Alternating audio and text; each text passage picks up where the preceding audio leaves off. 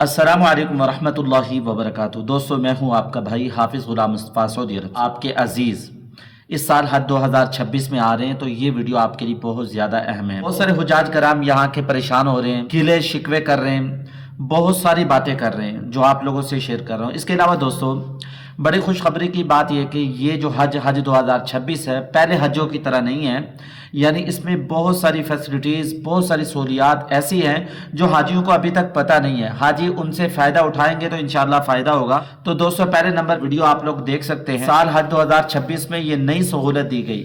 پچھلے سال بھی یہ سہولت تھی۔ پچھلے سال ایک حاجن بہن کپڑے دھوتے دھوتے، کیونکہ مکہ مکرمہ میں گرمی کی بڑی شدت ہوتی ہے، ٹیمپریچر جیسا کہ آج کل آپ لوگ دیکھ رہے ہیں 45 ڈگری تک جا رہا ہے، 41 42 45 ڈگری تک جا رہا ہے۔ آگے جا کے اس کے بارے میں کچھ تھوڑی سی بات کروں گا، لیکن دوستو آپ لوگوں سے عرض کر رہا ہوں، ایک بہن پچھلے سال چھت پہ کپڑے دھوتے ہوئے گر کر بے ہوش ہو گئی، بڑی حالت ان کی خراب ہو گئی۔ لیکن اس سال دوستو یہ نئی فیسلٹیز دی گئی، اوپر چھت بھی لگا دی گئی۔ حج کرام کے لیے مشینیں ہیں، یہاں کپڑے آپ لوگ پاک صاف خود دھو سکتے ہیں، لیکن آپ لوگوں نے زیادہ وقت ان چیزوں میں نہیں لگانا، زیادہ وقت اپنی عبادت میں لگانا ہے۔ حج کے فرائض واجبات یہ چیزیں سیکھیں جن سے آپ لوگوں کا حج صحیح ہو جائے۔ زیادہ سے زیادہ یہاں عبادت میں لگے رہیں، گپ شپ میں وقت ضائع نہ کریں، یہ آپ لوگوں سے عرض کر رہا ہوں۔ اس کے علاوہ دوستو اہم خبر دینے جا رہا ہوں، عازمین کو شدید گرمی اور پیدل چلنے میں بڑی دشواری کا سامنا کرنا پڑتا تھا۔ سعودی حکومت نے اس سال نئی جو آپ لوگوں کے لیے فیسلٹیز آپ کو دی ہے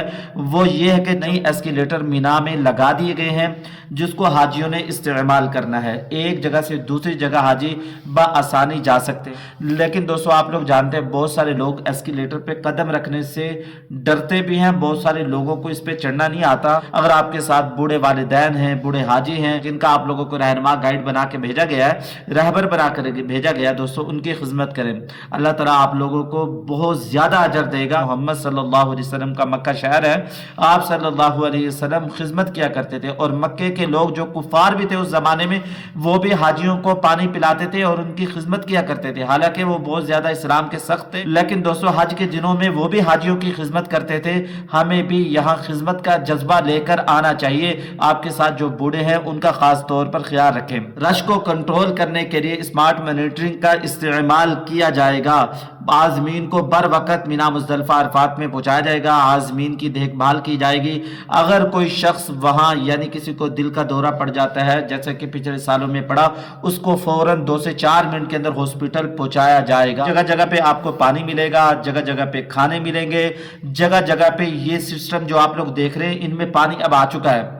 یہاں آپ اس کو بٹن کو دبائیں گے ٹھنڈا پانی آپ کو ملے گا، آپ کے سروں کے اوپر سے ٹھنڈے پانی کی فوارے آپ پر گریں گی، جس سے حاجیوں کو بڑا سکون ملتا ہے۔ اور اس کے علاوہ دوستو مینا خیمے بہترین ہیں، اندر اے سی لگے ہیں، کم بیڈ ہیں، آپ لوگ مینا مزدلفہ عرفات میں بآسانی آپ لوگ عبادت کر سکیں گے۔ جس وقت کے اندر آپ لوگوں کو اپنے خیمے سے نکلنے کا کہا جائے اس وقت کا انتخاب کریں، اپنی مرضی سے ادھر ادھر آپ لوگ بالکل نہ گھومیں، جو آپ کو کہا جائے ویسے کرنے کی کوشش کریں۔ دوستو اللہ تعالیٰ انسان پہ اتنی مشقت بھیجتے جتنا انسان برداشت کر سکتا ہے، لا یکلف اللہ نفسا الا وسعہا۔ دوسرا، اللہ اپنے محبوب بندوں کو ہی مشقت دیتا ہے، لہذا حج کے سفر میں اللہ نے بھیجا ہے، اللہ تعالیٰ چیک بھی کریں گے میرا بندہ کچا ہے پکا ہے، لہذا زبان سے ایسی کوئی الفاظ، ایسی کوئی جملے، ایسی کوئی بات نہ نکالے کہ اللہ ناراض ہو جائے اور آپ کا حج مردود ہو جائے۔ ایک بھائی کا بڑا سخت میسیج ہے، وہ آپ لوگوں کو سنا دیتا ہوں۔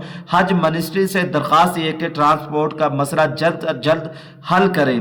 حجاج کرام کی نمازیں قضا ہو رہی ہیں، ڈرائیور کو نہ راستوں کا پتہ ہے، نہ ہی حجاج کی زبان سمجھ آتی ہے۔ یہ بات سمجھ سے بالا تر اور توجہ طلب ہے کہ دین کے ایک اہم رکن کی ادائیگی کے دوران جب حجاج ایک بڑی رقم خرچ کر کے سرکاری سطح پر حج کرنے آتے ہیں تو ان کی سہولت کے پیش نظر پاکستانی حجاج کے لیے پاکستانی ڈرائیور کیوں نہیں رکھے جاتے۔ ایک حاجی بھائی کا میسج ہے، یہاں جو گاڑیوں پہ ڈرائیور ہونے چاہیے وہ پاکستانی ہونے چاہیے۔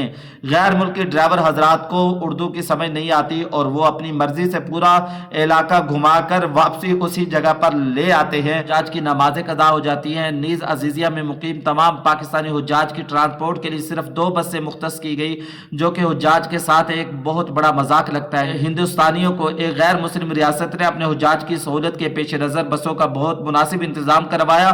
2 بسیں ایک ساتھ حجاج کو اٹھاتی ہیں، اگلی بس کے نکلتے ہی دوسری بس اس کی جگہ لے لیتی ہے، جبکہ پاکستانی حجاج کے لیے صرف 2 بسیں مختص کی گئی۔